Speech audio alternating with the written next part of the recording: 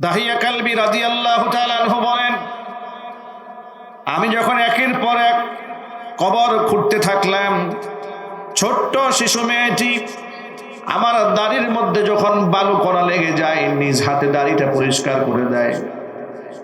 এত আদর, স্নেহ, এত টান, এত মোহাব্বত আমার অন্তরকে বিগলিত করতে পারল না। মেয়েটাকে আমি যখন সম্পূর্ণ কবর খনন করা হয়ে গেল, আমি এর মধ্যে ধাক্কা দিয়ে ফেলে দিলাম। মেয়েটা বুঝতে পারলো আমি তাকে হত্যা করার ষড়যন্ত্র করছি।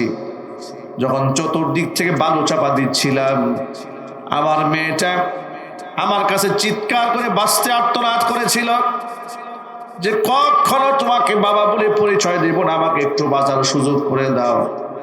আমি পাষণ্ড পিতা, আমার মন একটু পর্যন্ত বিগলিত হলো না।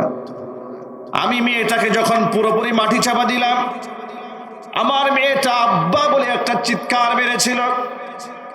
ইয়া রাসূলুল্লাহ, আল্লাহর কসম করে বলি, ওই চিৎকারের আওয়াজ আর কান্নার আওয়াজ এখনো পর্যন্ত আমার কানে বাজে। নবীজি সাল্লাল্লাহু আলাইহি ওয়াসাল্লাম দাহিয়া কালবি রাদিয়াল্লাহু তাআলা আনহু কণ্ঠ থেকে, জবান থেকে বিবরণ শোনার পরে হুজুরের চোখ থেকে পানি বেয়ে বেয়ে দাড়ি ভিজে ভিজে পড়ছিল। আল্লাহর হাবিব রাহমাতুল লিল আলামিন বললেন, মানুষ এতটা পাষণ্ড হয় কি করে? দাহিয়া কালবি রাদিয়াল্লাহু তাআলা আনহু বলেন, ইয়া রাসূলুল্লাহ, ইসলাম ধর্ম গ্রহণ করার কারণে আল্লাহ পাককে আমার বিগত জীবনের সমস্ত গুনাহ খাতা মাফ করে দিবেন। আল্লাহর হাবিব রাহমাতুল লিল আলামিন বললেন, আল ইসলামু ইয়াহদিমু মা কানা ক্বাবলা। ইসলামের বাণী, তাওহীদের বাণী, কালিমার বাণী এতটা সুপ্রিম পাওয়ার, একবার বিশ্বাস নিয়ে যদি কেউ কালিমা পড়ে মুসলমান হয়ে যায়, কুফরি হালাতে যত গুনাহ বান্দা করেছিল সমস্ত গুনাহ আল্লাহ মাফ করে দেয়। জাহিলি যুগে অসংখ্য বাবারা নিজ হাতে সন্তানকে হত্যা করেছে। কোরআনে মাজিদ আল্লাহ পাক সেই ইতিহাসটাই তুলে ধরে বলছেন, যখন তাদেরকে সুসংবাদ দেওয়া হতো মেয়ে হয়েছে, এলাকার মানুষকে ওরা মুখ দেখাতো না। এরা মনে মনে ভাবতো, আয়ুমসিকুহু আলা হুন, দুনিয়ার লাঞ্ছনা গঞ্জনা বরদাস্ত করে মেয়েটাকে আমি বাঁচায় রাখবো নাকি জিন্দা মাটির নিচে পুঁতে ফেলবো। আমার আল্লাহ পাক বলেন, আলা সাআ মা ইয়াহকুমুন, এদের বিচার ফয়সালা কতই না নিকৃষ্ট ছিল। যে সমাজে নারীদের কোনো মূল্য ছিল না, সেই সমাজে ইসলাম আসার পরে নবী করিম সাল্লাল্লাহু আলাইহি ওয়াসাল্লাম দ্ব্যর্থহীন ভাষায় ঘোষণা করলেন, যে ঘরে প্রথম কন্যা সন্তান জন্মগ্রহণ করে আসমানের রহমতের সমস্ত দরজা আল্লাহ ঘরের জন্য উন্মুক্ত করে দেন। যে সমাজের নারী জন্মগ্রহণ করলে এলাকায় মানুষ মুখ দেখাতো না, সেই সমাজে আল্লাহর নবী স্পষ্ট ভাষায় ঘোষণা করলেন, মান আলা জারিয়াতাইনি আও সালাসান আও উখতাইনি আও সালাসান, কোন ব্যক্তি যদি দুটি কন্যা সন্তান লালন পালন করে, অথবা তিনটি লালন পালন করে, অথবা দুটা বোনকে লালন পালন করে, অথবা তিনটা বোনকে লালন পালন করে, ফাআদ্দাবাহুন্না ওয়া আহসানা ইলাইহিন্না, এদেরকে আদব শেখায়, এদের সাথে সুন্দর আচরণ করে, ইহসান করে, এদের উপর জুলম না করে, কানা লাহুল জান্নাহ, শুধুমাত্র তিনটা কন্যা সন্তান লালন পালন করার বিনিময়ে ব্যক্তি আল্লাহর জান্নাতের মেহমান হয়ে যাবে। চিৎকার দিয়ে এখন আল্লাহু আকবার। অন্য একটা হাদিসের মধ্যে এসেছে, মান আলা জারিয়াতাইন, যে ব্যক্তি দুটি কন্যা সন্তানকে লালন পালন করবে দুনিয়াতে, কাল কিয়ামতের ময়দানে মুহাম্মদ সাল্লাল্লাহু আলাইহি ওয়াসাল্লাম এবং ওই দুই কন্যার পিতা, কোন কোন বর্ণনার মধ্যে তিন কন্যার পিতা আর আমি মুহাম্মদ সাল্লাল্লাহু আলাইহি ওয়াসাল্লাম জান্নাতে এইরকম পাশাপাশি অবস্থান করব। ভাবা যায় এই কথাটি রাসূল সেই জমানায় বলেছেন, সেই সময় বলেছেন, যে সময় এই সমাজে মেয়ে সন্তান জন্মগ্রহণ করলে মানুষ আজন্ম পাপ মনে করত। আল্লাহর নবী রাহমাতুল লিল আলামিন ওই আমলেই বললেন, তোমরা কন্যাদেরকে গালি দিও না, কারণ আমি মুহাম্মদ সাল্লাল্লাহু আলাইহি ওয়াসাল্লাম কন্যাদের পিতা। একের পর এক নারীদের অধিকার রাসূল প্রতিষ্ঠিত করতে শুরু করলেন। সুবহানাল্লাহ পড়েন। এমন প্রতিষ্ঠিত করলেন নিজের মেয়ে ফাতেমাতুজ জাহরা রাদিয়াল্লাহু তাআলা আনহা দূর সফরে কোথাও বের হওয়ার সময় আল্লাহর নবী সর্বশেষ ফাতেমার কাছ থেকে বিদায় নিয়ে যেতেন। সুবহানাল্লাহ পড়েন। মেয়েকে কেমন প্রাধান্য দিয়েছেন, মেয়ের কাছ থেকে বিদায় নিয়েছেন। আবার জিহাদের ময়দান থেকে দূর সফর থেকে ফিরে এসেছেন, সবার আগে ফাতেমার সাথে সাক্ষাৎ করেছেন। হুজুর বলেন আল্লাহর পক্ষ থেকে আমার কাছে তিনটি জিনিস তবিয়াতান সৃষ্টিগতভাবে আমার কাছে তিনটি জিনিস প্রিয় করা হয়েছে। কয়টি জিনিস? তিনটি। এক নাম্বার, হুব্বিবা ইলাইয়ান নিসা, আমার কাছে নারীদেরকে স্ত্রীদেরকে প্রিয় করা হয়েছে। সে সময়ের কথা, যে সময় নারীদের কোনো মূল্য নাই পৃথিবীতে। নারীদের হায়েজ নেফাজের সময় মেয়েদেরকে ছাগলের ঘরের মধ্যে রাখা হয়, নিজের ঘরে থাকতে দেওয়া হয় না। গিন্নার সাথে বলে নাউজুবিল্লাহ। সে আমার রাসূল বলে আমার কাছে তিনটি জিনিস প্রিয় করা হয়েছে। হুব্বিবা ইলাইয়ান নিসা, স্ত্রীদেরকে, নারী সম্প্রদায়কে আমার কাছে সম্মানিত করা হয়েছে। দুই নাম্বার, অতীব, সুগন্ধি ব্যবহার করা আমার কাছে তবিয়াতান প্রিয় করা হয়েছে। আল্লাহ নবী এত বেশি সুন্দর সুগন্ধি ব্যবহার করতেন। শামাইলে তিরমিজিতে এসেছে, হযরত জাবির ইবনে আব্দুল্লাহ রাদিয়াল্লাহু তাআলা আনহু হাদিসের রাবী, তিনি বলেছেন হুজুরের সাথে মুসাফা করার পরে ঘন্টার পর ঘন্টা হাত থেকে মেশকামরা ঘ্রাণ বের হতো। রাসূলের জিন্দেগির মধ্যে নাপাকির কোনো স্থান নাই। অথচ আমাদের এই সমাজে আল্লাহর ওলির নাম ব্যবহার করে, আল্লাহর ওলিদের লকব ব্যবহার করে 40 দিন গোসল করে না। গা থেকে পাঠার দুর্গন্ধ আসে, গাঁজা সেবন করে, এমনকি তারা নানা ধরনের নেশায় আসক্ত। তারা হয়ে গেছে এই সমাজের পীর। তাদের পায়ে লোকেরা সেজদা দেয়, পুরুষরাও সেজদা করে, মহিলাও সেজদা করে। কি দেশে এগুলো নাই? মানিকগঞ্জেতে এগুলোর ক্ষেত, কি বলেন আপনারা, খনি খনি, অভাব নাই। বাড়ি বাড়ি পীর, নামাজ নাই, রোজা নাই, হজ নাই, জাকাত নাই, আল্লাহ পরকালের চিন্তা নাই, পীর হয়ে বসে আছে। ভালো করে খোঁজ খবর নিয়ে দেখবেন পায়খানা করে পানিও নেয় না ঠিক মতো। ঠিক না ভাই? জুড়ে বলেন। ওলি হয়ে বসে আছে, মাজার সাজায় বসে আছে। ওই কয়েকদিন আগে আবুল সরকার নিকৃষ্ট কথা বললো না, এর বাড়ি কই? কত সৌভাগ্য আপনাদের না? বিরাট বড় বড় ওলিদের জন্ম হয়েছে আপনার এলাকায়। আল্লাহ হেদায়েত দান করে, হুজুর বলেন আমিন। হুজুর বলেন তিনটি জিনিস আমার কাছে ফিতরাতান প্রিয় করা হয়েছে। এক, হুব্বিবা ইলাইয়ান নিসা, নারীদেরকে প্রিয় করা হয়েছে। দুই নাম্বার, অতীব, সুগন্ধি ব্যবহার করা আমার কাছে বড্ড প্রিয় করা হয়েছে। আল্লাহ নবী এত বেশি সুগন্ধি ব্যবহার করতেন, সুগন্ধি মাখতেন দাড়িতে, সুগন্ধি মাখতেন মাথার চুলে। সুগন্ধির ব্যবহার করতে করতে 17 থেকে 18 থেকে 22 তার চুল লালচে লালচে হয়ে গিয়েছিল। এত সুগন্ধি হুজুর ব্যবহার করতেন। তৃতীয় নাম্বার, রাসূল বলেন ওয়াজুইলাত কুররাতু আইনি ফিস সালাহ, আমার কাছে তৃতীয়ত যে জিনিসটি প্রিয় করা হয়েছে সেটা হচ্ছে নামাজ। নামাজ আমার চোখের শীতলতা, নামাজ পড়লে আমার দিল ঠান্ডা হয়, আমার চক্ষু শীতল হয়ে যায়। যদি বলেন সুবহানাল্লাহ। রাসূলের কাছে নামাজ চোখের শীতলতা ছিল, আর নামাজ হয়ে গেছে আমাদের জন্য সব চাইতে বড় বোঝা। ওয়াজ করেন হুজুর 2 ঘন্টা জায়গায় 6 ঘন্টা করেন, কোনো আপত্তি নাই। নামাজ এত কঠিন নামাজ। নামাজের ব্যাপারে আল্লাহ পাক কোরআনে কি বলেছেন? কার জন্য নামাজ কঠিন?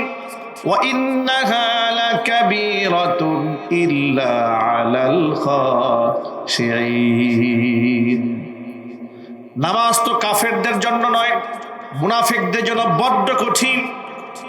ইল্লা আলাল খাশিঈন, তবে তারা, যে সমস্ত ব্যক্তিদের অন্তরে আল্লাহ পাকের ভয় আছে, তাদের জন্য নামাজ কোনো কঠিন কাজ নয়। নামাজ একেবারে সহজ কাজ। ঠিক কিনা বলেন? সব জায়গায় চায়ের দোকানে বসে 20 মিনিট জায়গায় 30 মিনিট হয়, কোনো অসুবিধা নেই। পানের দোকানে বসে এতেও সমস্যা নাই। গল্পের জায়গায় বসেছে 20 মিনিট চলে যাচ্ছে, এতেও কোনো সমস্যা নাই। নামাজে ইমাম সাহেব রুকুতে সিজদাতে একটু দেরি করলেই মেজাজ নষ্ট হয়ে গেছে। ঠিক না ভাই, নিজে বলেন। পৃথিবীর কোনো জায়গায় তার সময়ের গুরুত্ব না থাকলেও মসজিদে গিয়ে বসেছে, ইমাম সাহেব 1 মিনিট দেরিতে মসজিদে প্রবেশ করেছে, মেজাজ পুরা নষ্ট হয়ে গেছে। অথচ এই লোকটা যখন রেল স্টেশনে যায় তখন 6টার ট্রেন ছাড়ে 9টায়, কোনো অভিযোগের জায়গা নেই। বাস স্টেশনে গিয়েছে, সকাল 10টার বাস ছেড়েছে 11টায়, তাতেও কোনো অভিযোগ নাই। যাবে ঢাকায়, ঘন্টার পরে ঘন্টা নবীনগর গিয়ে আটকা পড়ে বসে আছে, কোনো অভিযোগ নাই।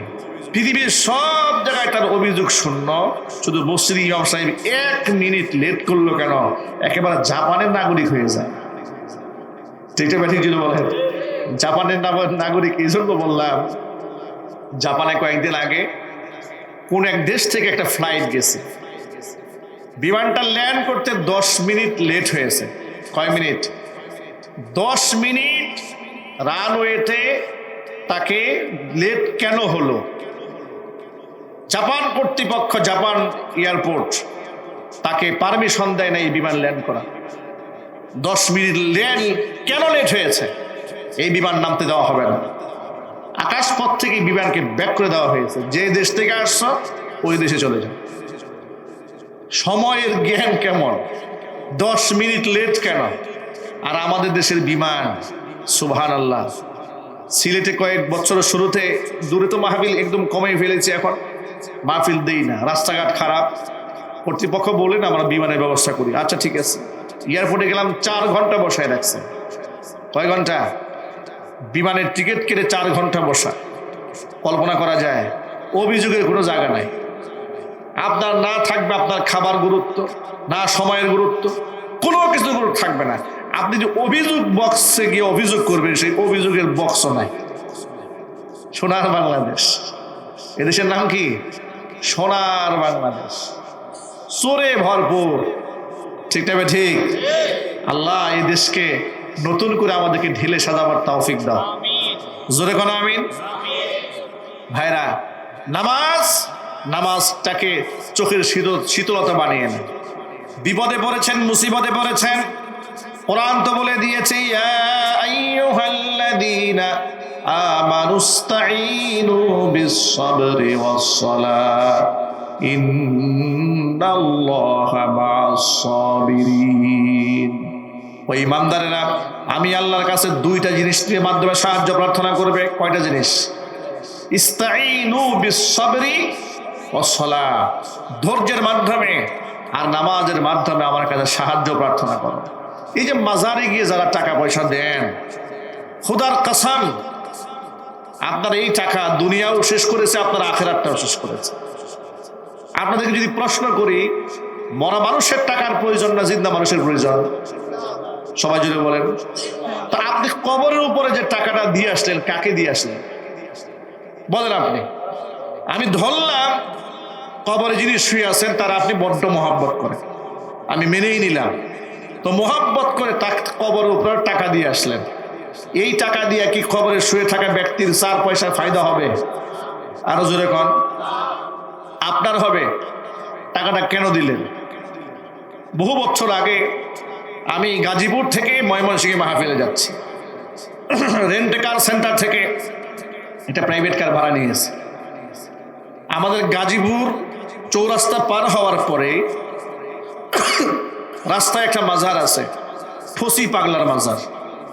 হঠাৎ করে আমার ড্রাইভার গাড়ি ব্রেক দিল, আমাকে বলে, হুজুর একটু বসেন, আমি একটু আসতেছি। আমি তো যাত্রী, তখন আমি রেন্টে কার থেকে গাড়িটা ভাড়া নিয়েছি। আমাকে বসিয়ে সে মাজারে গেল। আমি দেখলাম যে কি করে, গিয়ে দেখি সেখানে কিছু টাকা দিয়ে এরপরে উঠল। আমি জিজ্ঞেস করলাম, কি ব্যাপার, হঠাৎ করে গাড়ি ব্রেক দিলেন? বলে, হুজুর, যে উস্তাদের কাছে গাড়ি চালানো শিখেছি, উস্তাদ আমাকে বলে দিয়েছে রাস্তাঘাটে যখন চলাচল করো অবশ্য আল্লাহর ওলিদের মাজারে কিছু না কিছু টাকা দিয়ে যাইবা। বললাম, ফায়দাটা কি? উস্তাদ বলেছে মাজারে টাকা টুকা দিলে রাস্তাঘাটের কোনো দুর্ঘটনা হয় না। নাউজুবিল্লাহ পড়ে। আকীদাটা কেমনে পচাইছে দেখছেন, কিভাবে আকীদা নষ্ট করে দিয়েছে। ঠিক এভাবেই বাংলাদেশের বহু জায়গায় মসজিদে দেখবেন লোকেরা টাকা দিতে চায় না, মসজিদ অনাড়ম্বর থাকে, ওযুখানা ঠিক নাই, পেশাবখানা ঠিক নাই, কিন্তু মাজারের গম্বুজের গ্লেজ চাকচিক্য কাকে বলে, কত প্রকার এবং কি কি বাস্তবতা আছে না নাই? প্রতিটা মাজার দেখবেন এক একটা মনে হয় এক একটা আগ্রার তাজমহল, ঠিক না? এক একটা মাজার মনে হয় আগ্রার তাজমহল, এমন ভাবে সাজানো হয়েছে, এমন ভাবে পাকা করা, এমন ভাবে লাইটিং করা যে আপনি চোখ ঝলসায় যাবে। অথচ নবী করিম সাল্লাল্লাহু আলাইহি ওয়াসাল্লাম কি বলেছেন শোনেন, নাহা রাসূলুল্লাহ সাল্লাল্লাহু আলাইহি ওয়াসাল্লাম আইয়ুজাসসাসাল কবরু ওয়া আইয়ুবনা আলাইহি ওয়া আইয়ুকআদা আলাইহি আও কামা ক্বালা আলাইহিস সালাতু ওয়াসসালাম। নবী করিম সাল্লাল্লাহু আলাইহি ওয়াসাল্লাম কবরের সাথে তিনটা আচরণ করতে নিষেধ করেছেন। কয়টা? কবরের সাথে আপনি তিনটা মুআমালা করতে পারবেন না। এক, আইয়ুজাসসাসাল কবর, কবরকে চুনকাম করে পাকা করতে পারবেন না, হারাম, নিষেধ। এক, ওয়া আইয়ুবনা আলাইহি, কবরের উপরে আপনি ইমারত মানে বিল্ডিং করতে পারবেন না, ছাদ দিতে পারবেন না। এবার আপনারা বলেন, মাজার পাকা করা হয় না, উপরে ছাদ দেওয়া হয় না। তিন নাম্বার, ওয়া আইয়ুকআদা আলাইহি, কবরের উপরে বসতে আল্লাহর নবী নিষেধ করেছেন। কবরের উপর বসতে নিষেধ করেছেন, পাকা করতে নিষেধ করেছেন, কবরের উপর ছাদ দিতে নিষেধ করেছেন। মাজারে এই লাস্টেরটা শুধু করা হয় না, কবরের উপর বসা হয় না, বাকি দুইটা অত্যন্ত যত্ন সহকারে করা হয়, ঠিক না? বের হিজুরে বলেন। অথচ এই কাজটা করা হালাল না হারাম? হারাম কাজ করা হচ্ছে। এই যে আপনাদের পার্শ্ববর্তী এলাকাতে ফরিদপুরের বোয়ালমারিতে, সেখানে ওই যে নুরা পাগলার মাজার দেখেছেন না? নুরা পাগলাকে কবর থেকে বের করে রেখে লোকের আগুন দিয়ে পুড়িয়ে দিয়েছে। আচ্ছা, মৃত ব্যক্তিকে কবর থেকে উঠায় পুড়িয়ে দিয়েছে, আমরা এই কাজটার নিন্দা জ্ঞাপন করি। এটা উচিত না। মানুষ যখন মরে যায়, একটা মানুষ যত খারাপ হোক না কেন, সে তো মরেই গেছে, একে আপনি আর গালিও দিতে পারবেন না, ওর কর্ম নিয়ে এসে পড়ে থাক। হুজুর বলেছেন, লা তাসুব্বুল আমওয়াত ফাইন্নাহুম ক্বাদ আফদাউ ইলা মা কদ্দামু। মুর্দাদেরকে গালি দিয়ে লাভ নাই। ও তো প্রশাসনকে জানানো হলো, তারা ব্যবস্থা গ্রহণ করলো না, সেখানে বেদম মারামারি হলো। এরপরে তাওহীদি জনতা সেখানে গিয়ে আগুন দিয়ে লাশ পুড়াই দিল। লাশ যখন পুড়িয়ে দেওয়া হয়েছে, তখন দেখলাম গোটা বাংলাদেশের তথাকথিত সুন্নিরা খুব মায়া কান্না শুরু করলো। লাশ পুড়িয়ে দেওয়া হয়েছে, এত করা হলো, মাজারের সাথে বিয়াদবি করা হলো। পরে খোঁজখবর নিয়ে দেখা গেল এই লোক তো মুসলমান ছিল, খ্রিস্টান, তার ছেলে খ্রিস্টান ধর্মের দাওয়াত দিয়ে বেড়ায়। তার পক্ষেও দেখলাম বাংলাদেশের মুসলমানরা দাঁড়ায় গেল। এই কথাটা আপনাদের সামনে বলার উদ্দেশ্য কি? উদ্দেশ্য হলো এই যে একজন মৃত ব্যক্তি দুনিয়া থেকে চলে যাওয়ার পরে কবরগুলাকে মাজারের রূপ দিয়ে এরপরে তার পূজা করা, অর্চনা করা, তাওয়াফ করা, এগুলা বাংলাদেশের বিভিন্ন জেলাতে গ্রামগঞ্জে চলছে। অসংখ্য নারী এবং পুরুষরা হুমড়ি খেয়ে পড়ছে। অথচ আপনারা এক বাক্যে জবাব দিয়ে বলেন, সাহায্য করার একমাত্র মালিককে। একটু বিশ্বাস নিয়ে বলেন তো, যিনি যেখানে কেউ দেখেন না সেখানে কে দেখেন? যেখানে কেউ সাহায্য করতে পারেন না সেখানে কে সাহায্য করতে পারেন? তো দুরাকাত নামাজ পড়ে আল্লাহর কাছে সাহায্য প্রার্থনা করেন। আপনি গরিব মিসকিনদের কিছু টাকা সদকা করে দিয়ে আল্লাহর কাছে সাহায্য প্রার্থনা করেন। আপনি সেটা না করে আপনি ভুল জায়গায় টাকা পয়সা খরচ করলেন। এই যে এলাকার মধ্যে এতিমখানা মাদ্রাসা আছে, নিজামিয়া হাফিজিয়া মাদ্রাসা এতিমখানা, এতিমখানায় দান করেন।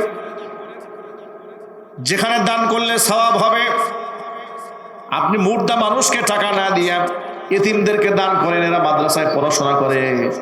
নবী করিম সাল্লাল্লাহু আলাইহি ওয়াসাল্লাম বলেছেন, আস-সাই আলাল আরবিলাতি ওয়াল মিসকিন কাল মুজাহিদি ফি সাবিলিল্লাহ ওয়া কাল কাইমি লা ইয়াফতুরু ওয়া কাস সাইমি লা ইফতির আও কামা ক্বালা আলাইহিস সালাতু ওয়াস সালাম।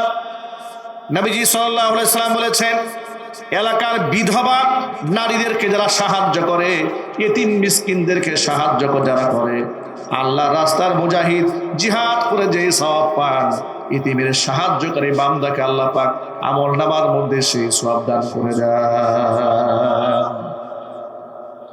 বিধবা নারীকে সাহায্য করলে সারা রাত ভরে তাহাজ্জুদের নামাজ পড়লে যেই সওয়াব হতো, মহান আল্লাহ পাক আমল নামায় সারা রাতের তাহাজ্জুদের সওয়াব দান করেন। সারা বছর ভরে নফল রোজা রাখলে যেই সওয়াব হয়, এতিম আর বিধবাকে সাহায্য করলে আল্লাহ পাক আমল নামার মধ্যে সেই সওয়াব লিখে দেন। জোরে বলেন সুবহানাল্লাহ। কিন্তু আপনি এখানে দিবেন না, দিবেন কোথায়? গুলাব শাহ মাজারে, গাঁজাখোরদের আড্ডাখানা। ঠিক না ঠিক বলেন? বহু বছর আগে শাহজালাল ইয়ামানি রহমাতুল্লাহি আলাইহির মাজার সিলেটে, তো সেখানে একটা মাহফিল ছিল। সেই সূত্র ধরে আমি আল্লাহর ওলির কবর জিয়ারত করতে গেলাম, মাজার জিয়ারায় গেলাম। সেখানে কবরটা তো একটু উঁচুতে, মাটি থেকে একটু উঁচুতে। হাতের মধ্যে জুতাটা নিয়ে উপরে উঠছি, জুতা খুলে মাজারে খাদেম আমাকে আটকাই দিয়েছে। আমাকে বলে, হুজুর হাতের মধ্যে জুতা কেন? আল্লাহর ওলির মাজারের সাথে বিয়াদবি হবে, জুতা দেন। আমি বললাম, জুতা কই রাখবো? এই বাক্সে রাখেন আর টাকা দেন। মানে বাক্সে রাখার টাকা দিতে হবে, ফি দিতে হবে না। বাক্সে রাখেন আর টাকা দেন, আর আপনি চলে যান উপরে। ঠিক আছে, বাধ্য হয়ে দিলাম টাকা, চলে গেলাম উপরে, জিয়ারা করলাম, নেমে আসলাম। তারপরে গেলাম শাহপরান রহমাতুল্লাহি আলাইহির মাজারে, ওটা পাহাড়ের উপরে, ওটা আরো উঁচা। তো স্বাভাবিকভাবে জিয়ারা করে দোয়া করে বের হয়ে আসতেছি, পাহাড়ের উপর থেকে নামতেছি, সোজা হয়ে নামতেছি, আমারে এরকম ধরে ঘুরাই দিছে। আমাকে বলে, মাজারের দিকে পিঠ দিয়ে নামেন কেন? বুক দিয়ে নামেন, উল্টা দিকে নামতে হবে। কি ব্যাপার? আমি বললাম, সুবহানাল্লাহ, আমি যে পাহাড় থেকে উল্টা দিকে আমি উল্টে দিয়ে পড়ে যাই। বা আপনি বলবেন কেন শত শত মানুষ নামতেছে? আমি বললাম, কারণটা কি, হেকমতটা কি? তারা বলে, এটা হলো আদব, হলিদের সাথে আদব। অথচ যে আমাকে আদব শিখাচ্ছে, ওর মুখে দাড়িও নাই, মাথায় টুপিও নাই। এলাকার লোকেরা বলে জীবনে এক ওয়াক্ত নামাজও পড়ে না, ও আমাদেরকে আদব শিখাচ্ছে। ভাইরা আমার, এগুলো আমাদের চোখে দেখা। শাহজালাল ইয়ামানি রহমাতুল্লাহি আলাইহির মাজারের পশ্চিম পাশে পাবলিকের গুরুস্থান আছে, কবরস্থান আছে। ওই কবরের আরো একটু পশ্চিমে একটা রাস্তা গেছে। আমি যা বললাম একদম হুবহু মিলাই নেবেন। এই রাস্তার এক মাথা থেকে শুরু করে আরেক মাথা পর্যন্ত গাঁজাখোরদের লম্বা সিরিয়াল, প্রকাশ্যে লম্বা লম্বা চুলওয়ালা, সালার চট, এগুলো হাতের মধ্যে শিকল বাকল পরা, প্রকাশ্যে গাঁজা টানতেছে। এগুলা নাকি আল্লাহর ওলি। এগুলা যদি ওলি হয় তো শয়তান কারা? কথা ঠিক না? এই জন্য বলেন, এরা হয়ে গেছে আল্লাহর ওলি। এদেরকে লোকেরা খুশি হয়ে টাকা পয়সা দিচ্ছে। টাকা দেওয়ার জায়গা পাও না মিয়া? এলাকার বিধবা মানুষ আছে, সাহায্য করো। এতিমখানায় সাহায্য করুন। ঋণগ্রস্ত ব্যক্তি আছে, রিক্সা চালায় খায়, সাহায্য করেন। গ্রামের কৃষক ভালো একটা ঘর নাই, একটা ঘর বানায় দেন। না, এখানে দিবে না, দিবে কোথায়? ওই মাজারের উপর নিয়ে ঢালবে। খোঁজ খবর নিয়ে দেখে না মাজারের টাকাটা খায় কে? দেখা গেল খাদেম পরিবার খায়। খাদাম পরিবারটা পুরোটা গাঁজাখোরের বংশধর। কথা বলতে হবে, ঠিক না? ঠিক জোরে বলেন। আপনাদের সামনে কথাগুলো বলার উদ্দেশ্যটা কি? উদ্দেশ্য হচ্ছে, নবী করিম সাল্লাল্লাহু আলাইহি সাল্লাম বলেছেন যে আমার কাছে তিনটি জিনিস তবিয়তান প্রিয় করা হয়েছে। এক হচ্ছে মেয়েদেরকে প্রিয় করা হয়েছে, সুগন্ধি ব্যবহার প্রিয় করা হয়েছে, নামাজ আমার কাছে প্রিয় করা হয়েছে। আজকের পর থেকে সেই নামাজ আমাদের কাছেও প্রিয় হয়ে যাবে ইনশাআল্লাহ। একটু জোরে বলেন ইনশাআল্লাহ।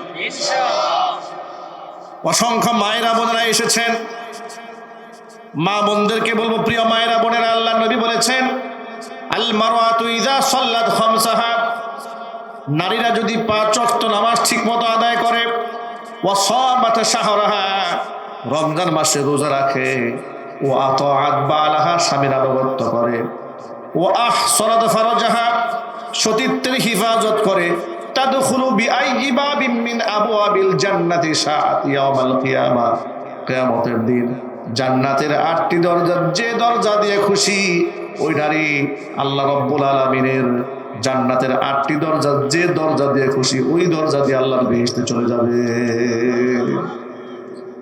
নামাজের ব্যাপারে কোনো অবহেলা চলবে না। নামাজের ব্যাপারে আল্লাহ পাক যেন আমার মা বোনদেরকে যত্নবান হওয়ার তৌফিক দান, জোরে করে আমিন। আর আমরা যারা আছে আমাদের নামাজ না পড়লে চলবে, ঠিক কি না? আমরা পড়বো তো ইনশাল্লাহ। কয় ওয়াক্ত পড়বো? কবে থেকে? কারা কারা পড়বেন হাত দেখি তো ইনশাল্লাহ। মাশাআল্লাহ, আল্লাহ যারা হাত তুলে ধরেছে আল্লাহ তুমি তৌফিক দান করো, জোরে করে আমিন। হাত নামান ভাইয়েরা। নবী করিম সাল্লাল্লাহু আলাইহি ওয়াসাল্লাম সেই জামানায় বললেন যে নারীদেরকে আমার কাছে প্রিয় করা হয়েছে, যে জমানায় নারী জন্মগ্রহণ করা আজন্ম পাপ ছিল। নবীজি সাল্লাল্লাহু আলাইহি ওয়াসাল্লাম কন্যাদের অধিকারের ব্যাপারে এত বেশি সিনসিয়ার ছিলেন, এত সতর্ক ছিলেন। দেখুন, আল্লাহর নবী তো পৃথিবীর সমস্ত মানুষের অধিকার নিশ্চিত করেছেন। জোরে বলেন আল্লাহু আকবার। পশু পাখির অধিকার নিশ্চিত করা হয়েছে ইসলামে।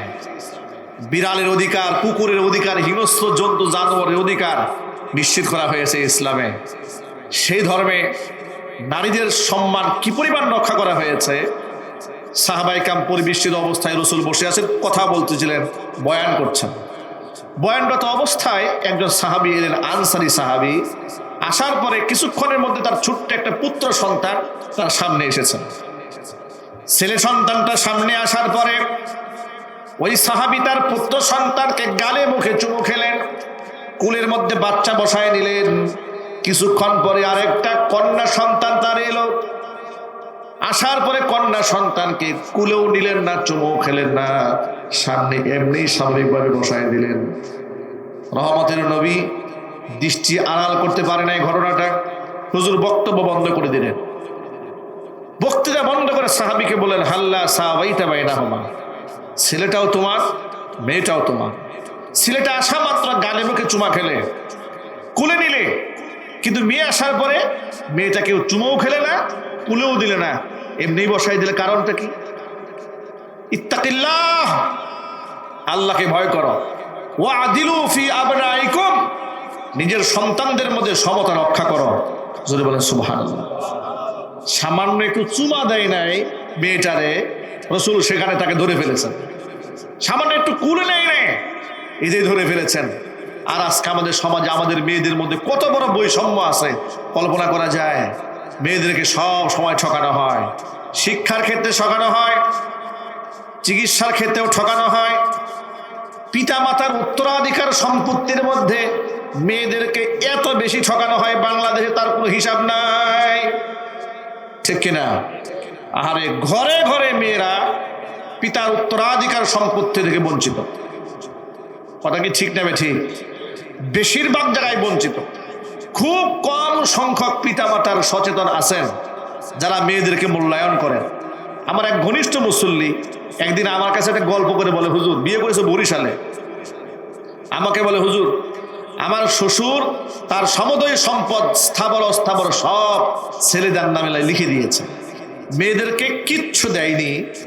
তো এলাকার মানুষরা জিজ্ঞেস করলো যে মেয়েদেরকে কিছুই দিলেন না, সব ছেলেদেরকে দিয়ে দিলেন।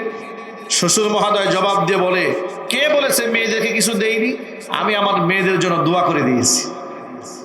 কত বড় কুতুবে রব্বানি, মাহবুবে সুবহানি, ইবলিস শয়তানের দুলাভাই, ঠিক না? ঠিক জন্য বলেন, উনি সব সম্পদ ছেলেদেরকে লিখে দিয়ে মেয়েদের জন্য দোয়া করে দিয়েছে।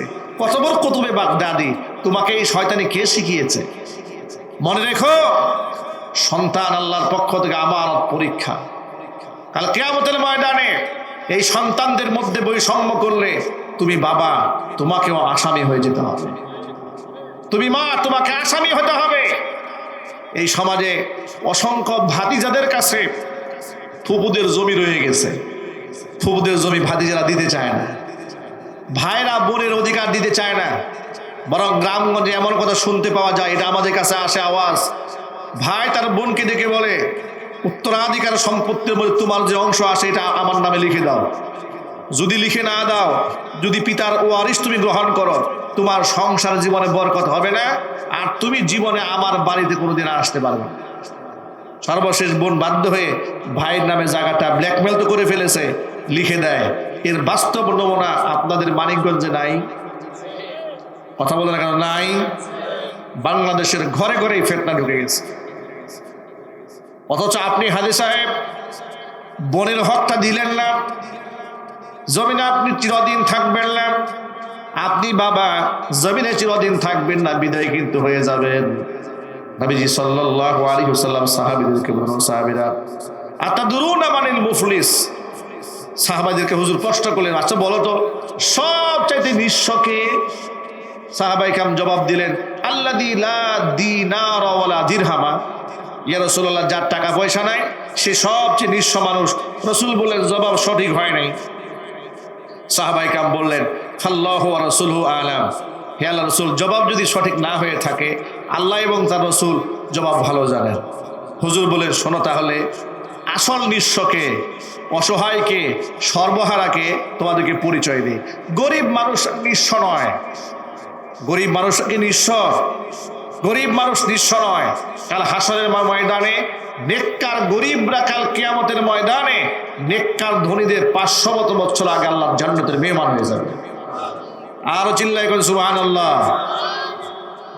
দুনিয়াতে পয়সা পাতি একটু কম ইনকাম থাকে, হতাশ হবেন না, ঘাবড়াবেন না। মনে রাখবেন, সম্পদ কম, হিসাব কম। ঠিক কিনা বলেন? সম্পদ কম, হিসাব কম। সম্পদ বেশি, হিসাব বেশি। সহজ ব্যাপার। আল্লাহ পাক যেন আমাদেরকে কিয়ামতের ময়দানে বিনা হিসেবে জান্নাত দান করেন। হিসাব দিয়াটার মুক্তির কোনো রাস্তা নাই। আল্লাহ যেন বিনা হিসেবে জান্নাতের ফয়সালা করেন। জোরে করে আমিন। আসল অসহায়কে শোনেন। নবীজি বললেন, কিয়ামতের ময়দানে এমন ব্যক্তি হাসরের ময়দানে আল্লাহর সামনে আসবে, নামাজের সওয়াব নিয়ে আসবে, রোজার সওয়াব নিয়ে আসবে, যাকাতের সওয়াব নিয়ে আসবে, সওয়াবের পাহাড় নিয়ে দাঁড়িয়ে যাবে। এরপর সে তো জান্নাতের দিকে রওনা হওয়ার কথা, কিন্তু জান্নাতের দিকে রওনা হওয়ার আগে অসংখ্য পাওনাদার তার বিরুদ্ধে আল্লাহর আদালতে মামলা দায়ের করে বসবে। কেউ কেউ বলবে, আল্লাহ জমিনে পেশি শক্তি খাটাইয়া এবার 5 বিঘা জায়গা দখল করে নিয়ে গেছে। কেউ কেউ বলবে, আল্লাহ এ দুনিয়াতে রাজনীতি করত, যখন যে দল ক্ষমতা থাকতো সে ওই দলের কর্মী হয়ে যেত।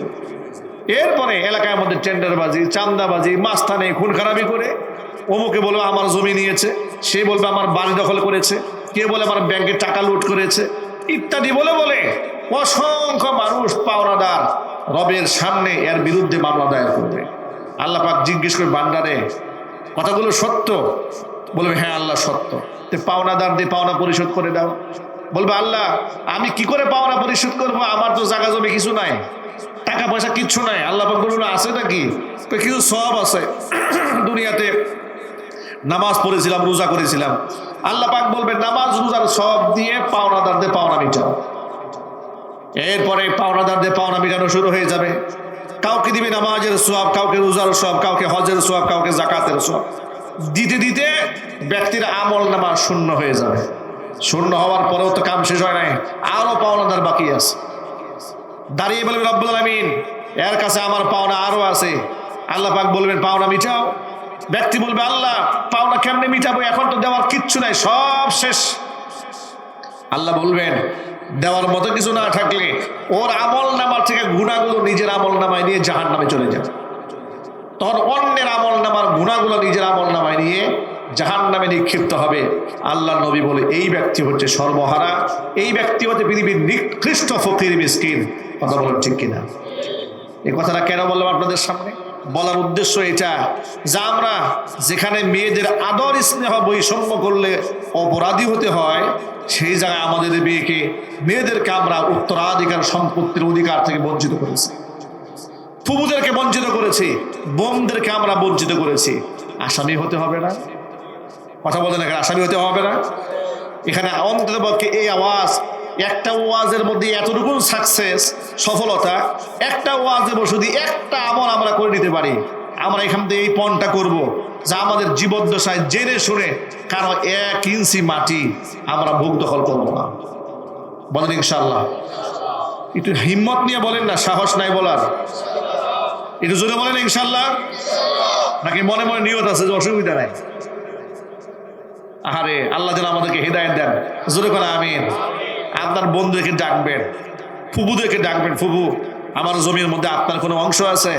যদি বলে হ্যাঁ, আপনি হিসাব করেন, মাপযোগ করে নিয়ে নেন। কারণ এই দুনিয়াটা আমার চিরস্থায়ী না, আমার হাসরের ময়দানে দাঁড়াতে হবে, রবের সামনে দাঁড়াতে হবে। আমি সেদিন আল্লাহর আদালতে আসামি হতে চাই না। ফুবুর কাছ থেকে পাওনা মিটায় নেন। আচ্ছা প্রিয় বন্ধুগণ, আপনারা এক বাক্যে জবাব দিয়ে বলেন তো, আল্লাহর নবী দুনিয়াতে কারো হক নষ্ট করেছেন কখনো? আরো যদি বলেন। ইন্তেকালের আগে আল্লাহ নবী মানুষের ঘুরে ঘুরে বলতেন, সাহাবীরা আমার সাথে কোনো লেনাদেনা আছে নাকি? পাওনা থাকলে মিটায় নাও। সুবহানাল্লাহ। পাওনা থাকলে মিটায় নাও। একজন সাহাবী বলে, ইয়া রাসূলুল্লাহ, পাওনা একটা আছে। কি পাওনা? একদিন আপনি অগোচরে আমার শরীরের মধ্যে লাঠি দিয়ে একটা গুতা মেরেছিলেন, আমি কষ্ট পেয়েছিলাম। নবীজি সাল্লাল্লাহু আলাইহি সাল্লাম বললেন, বদলা নিতে চাও? তিনি বলে, হ্যাঁ, বদলা নিতে চাই। তিনি বললেন, হুজুর বলে, বদলা নাও। সাহাবী বলেন, ইয়া রাসূলুল্লাহ, আপনার গায়ে চাদর আছে, চাদরটা খুলতে হবে, কারণ যখন আপনি আমাকে লাঠি দিয়ে গুঁতো মেরেছিলেন তখন কিন্তু আমার গায়ে চাদর ছিল না। রাসূল গায়ের চাদরটা খুলে দিলেন। নবী করিম সাল্লাল্লাহু আলাইহি সাল্লাম সেই সাহাবী, হুজুরের পিঠের মধ্যে মোহরে নবুওয়াত ছিল।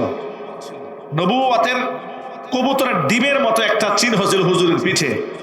কখনো তো রাসূল মানুষের সামনে পাবলিক প্লেসে জামা খুলেন নাই, কেউ এটা দেখতো না।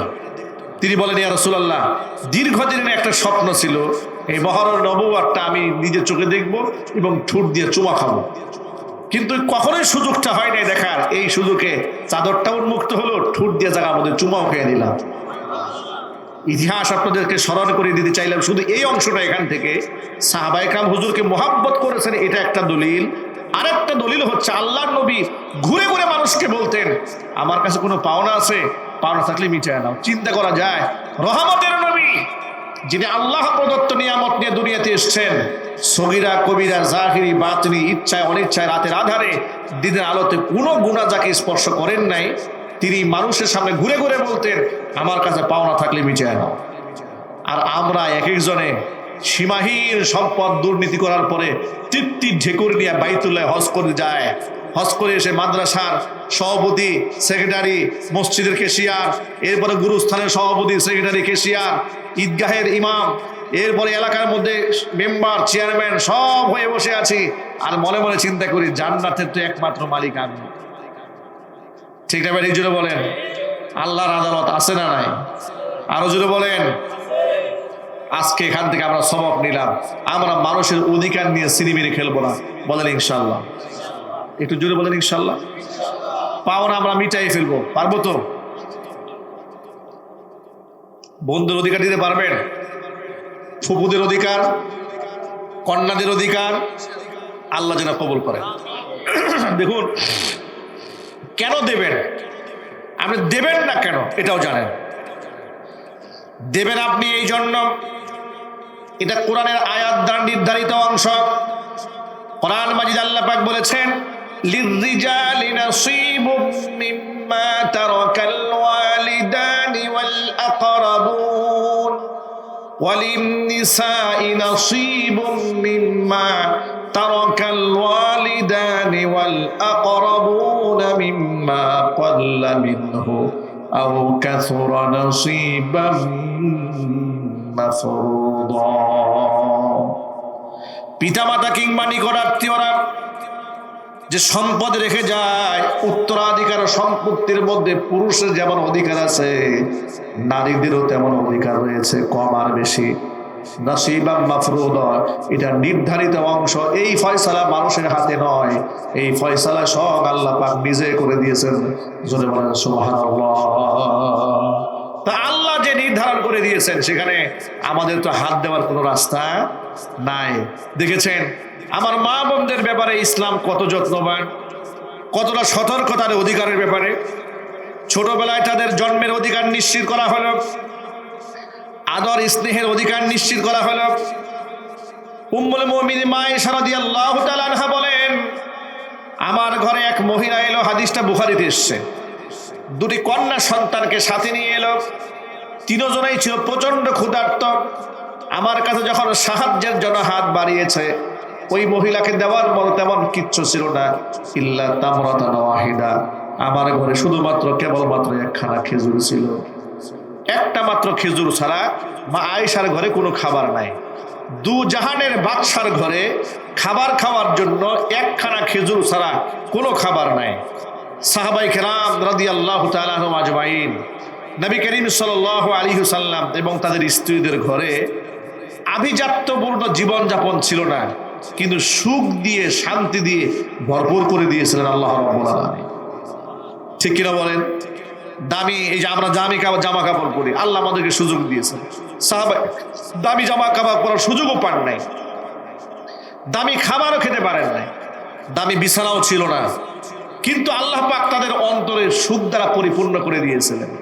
আমাদের ঘরে ফ্রিজ আছে, এসি আছে, টেলিভিশন আছে, ডিশ এন্টেনা আছে, সব আছে, কিন্তু ঘরের সুখ নাই, শান্তি নাই।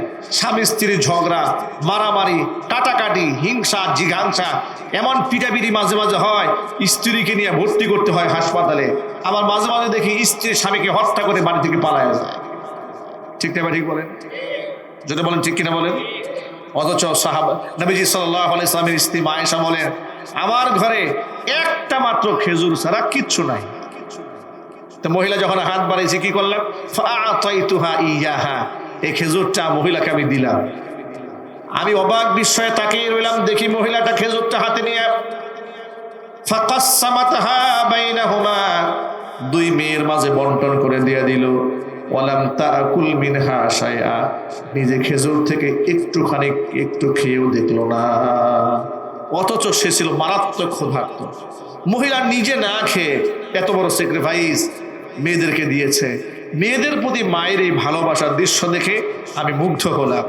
আল্লাহ রসুল যখন আমার ঘরের মধ্যে এলেন, গোটা ঘটনার বিবরণ রসুলের সামনে পেশ করলাম। ঘটনার বিবরণ নবীজি শোনার পরে কি স্টেটমেন্ট দিলেন শোনেন। নবীজি তখন বললেন, মানুবতুলিয়া মিন হাদিহিল বানাতি বিশাইইন ফাআহসানা ইলাইহিন্না কুন্না লাহু সিতরাম মিনান নার। এই দুনিয়াতে আল্লাহ পাক যাদেরকে কন্যা সন্তান দিয়ে পরীক্ষা করেন, আর ওই কন্যা সন্তানদেরকে তারা যদি আদব করে, স্নেহ করে, মহব্বত করে, কিয়ামতের ময়দানে কন্যা সন্তানগুলা বাপ মার জন্য ঢাল হয়ে সামনে দাঁড়ায় যাবে। বাবা মাকে কন্যা সন্তানগুলা জাহান্নামের আগুনে পড়তে দেবে না। আর যদি বলেন সুবহানাল্লাহ। ভাইরা, এইভাবে একে একে ইসলামে নারীদের অধিকারের কথা বর্ণনা করেছে। অসংখ্য হাদিস দ্বারা আমার মা বোনদের অধিকার নিশ্চিত করা হয়েছে। এরপরে কোরআন মাজিদের দিকে তাকান, কোরআনে মা বোনদের জন্য আলাদা একটা সূরা নির্ধারণ করা হয়েছে, সূরাতুন নিসা। অথচ সূরাতুল বাকারাতে নারী অধিকারের কথা আছে, সূরা আলে ইমরানে আছে, সূরা মারিয়ামে আছে, এরপরে সূরা হামিম আর সাজদার মধ্যে আছে, সূরা আহকাফের মধ্যে আছে, সূরা আনকাবুতের মধ্যে আছে, সূরা বনী ইসরাইলের মধ্যে আছে।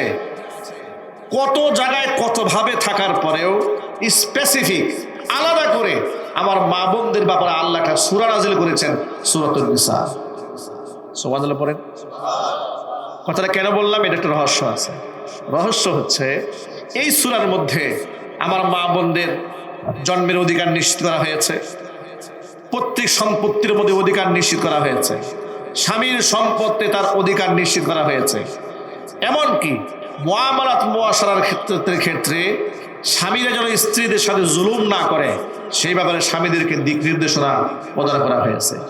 এত কিছু দেওয়ার পরে তাদেরকে কিছু পবিত্র গাইডলাইন দেওয়া হয়েছে, পবিত্র জীবনযাপনের ড্রেস কোড দেওয়া হয়েছে মা বোনদের।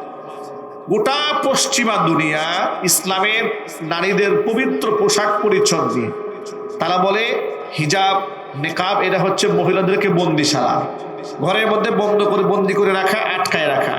পক্ষান্তরে উলঙ্গ এবং বেহায়াপনা যদি করে কোনো মহিলা বেড়ায়, এটাকে বলা হয় নারী স্বাধীনতা। যদি বলে নাউজুবিল্লাহ। আর এই কথাকে ফলো করে ইদানিং আমরা দেখতে পাচ্ছি গ্রামগঞ্জের মেয়েরা পর্যন্ত পর্দার ব্যাপারে অনীহা, অবহেলা। তারাও একটু জিন্সের প্যান্ট পরতে মনে চায়, তাদের একটু টি শার্ট পরে যেতে মনে চায়, বিবাহের অনুষ্ঠানে তাদের একটু পার্লারিং করে সাজুগুজু করে পরপুরুষের সামনে হাজিরা দিতে মনে চায়। কথা ঠিক না ঠিক যদি বলেন? এবার আপনারা বলেন, আপনাদের এলাকায় এই অবস্থা আছে না নাই? মা বোনদেরকে বলছি, প্রিয় মায়েরা বলে না, পশ্চিমাদের কথায় কান দেবেন না, বামপন্থীদের খপ্পরে পড়বেন না। ওই ঢাকা ইউনিভার্সিটি তথাকথিত মহিলারা যারা বলে দেহ আমার, সিদ্ধান্ত আমার। কোন সভ্য মানুষ এই কথা বলতে পারে? বলে দেহ আমার, সিদ্ধান্ত আমার। একটু জোরে বলে না নাউজুবিল্লাহ।